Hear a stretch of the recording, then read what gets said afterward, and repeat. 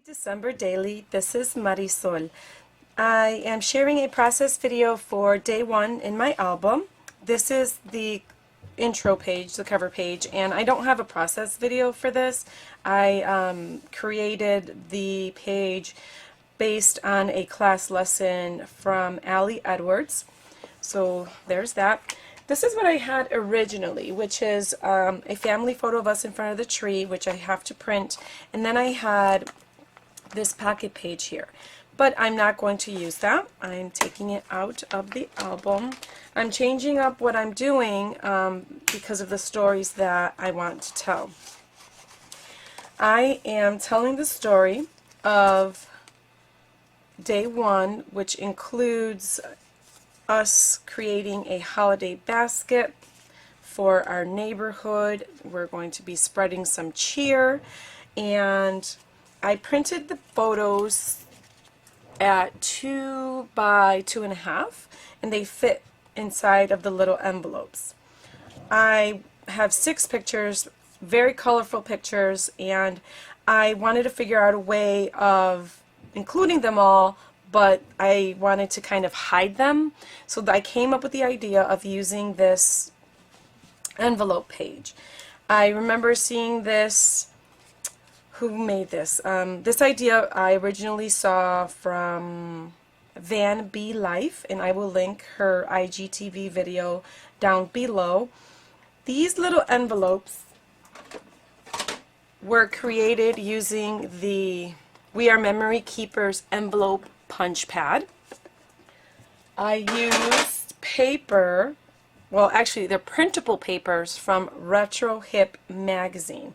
I joined the Retro Hip magazine subscription last month, and she had these beautiful papers. So I downloaded the papers, resized them to 4 by 4, cut them out, and then used the punch board to create these cute little envelopes. I will adhere the envelopes to the page, insert the photos like so, and then I will use this as the journaling. What I plan on doing is this 3 by 8 will be the journaling for the family photo, and then the back side of this pocket will be the journaling for day one. I will put you on fast forward and bring you back when I'm done with the page. As I stated earlier, the papers are from Retro Hip magazine. When you purchase the magazine, you get digital printables, and I printed them out on matte photo paper. And the matte photo paper is not that thick, and it worked perfect for the little envelopes. Here I am adding chipboard pieces to the outside flap of the envelope so that when they are closed you'll see the little phrases. I resized my photos in Photoshop. It was pretty easy. I just cropped them down to 2 inches by 2.5. And now I'm just adhering the photo or the envelopes. I have to figure out a way of having the flaps close. I think I'm going to add mini Velcro to keep the flaps closed, and so that when the page is turned in the album, it's not sticking up. Now I want to find something for the inside of the envelopes, and initially I used the green word strips and found that it was just too heavy for the feel of the page. I ended up using this word strip, these word strips from December 2019, Stories by the Month kit, I believe, and it's a white background with dark green color for the font, and it worked out perfectly. So I found a phrase for each one of the envelopes and then added a star sticker as an added element. I really liked the way this page turned out. It wasn't my original plan. I had a different foundation page for it, but I went with the flow and created something different for the story.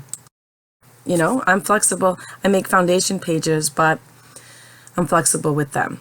Next, what I'm doing is I'm creating a pocket for the back side of that pocket tag. I'm using the front as a guide.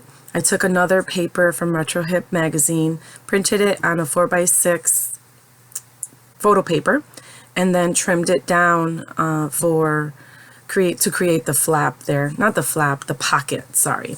Initially I used a 1/2 inch red line tape, and it turned out to be too wide, and the tag was not coming in and out of the pocket very well, and I ended up having to, I risked it. I ripped off the pocket and then added, I think I added a 1/4 inch red line tape instead, and it moves much smoother now out of the, see here, this is where I pulled it back. I have 2 other of those pockets, so I felt like I could risk it, but it turned out fine. I didn't damage it in any way. And that's how it looks side by side. I really like the way it turned out. I have that number 1, which was in my original foundation page, and I decided I was going to use it. And now I'm just adding twine to the top of the tag, and I felt like the number 1 was too, like it was floating, and I needed something to ground it. I'm going through my things to find something to add to just kind of ground it, and I tried a couple things. I tried paper, and I don't know, I took a hole punch, and I don't know, I just didn't find anything until I found the chipboard that says December stories, the highs, the lows, everything in between. I felt like that ended up grounding the number for me. And then at that point also, I was like, okay, don't overthink it, just go with it, because it says highs and lows, and I'm not writing anything about lows in the journaling, but I thought, just go with it, let it go. Thank you so much for joining me today. I truly appreciate it, and I'll see you in my next video. Bye.